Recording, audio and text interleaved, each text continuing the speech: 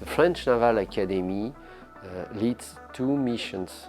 The first one is the training of cadets and master degree students. The second one is research activities.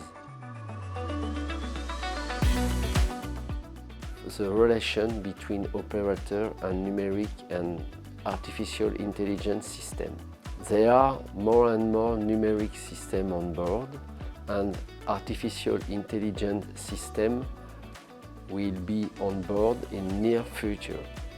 And the important point is the relation between operator and numeric system or artificial intelligence system in order to avoid a misunderstanding between operator and systems to maintain security and safety efficiency.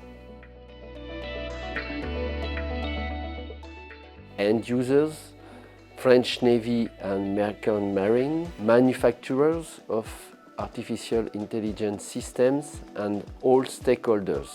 Come and meet us at CTech Week from 15 to 17 October in Brest, an international event you can't miss.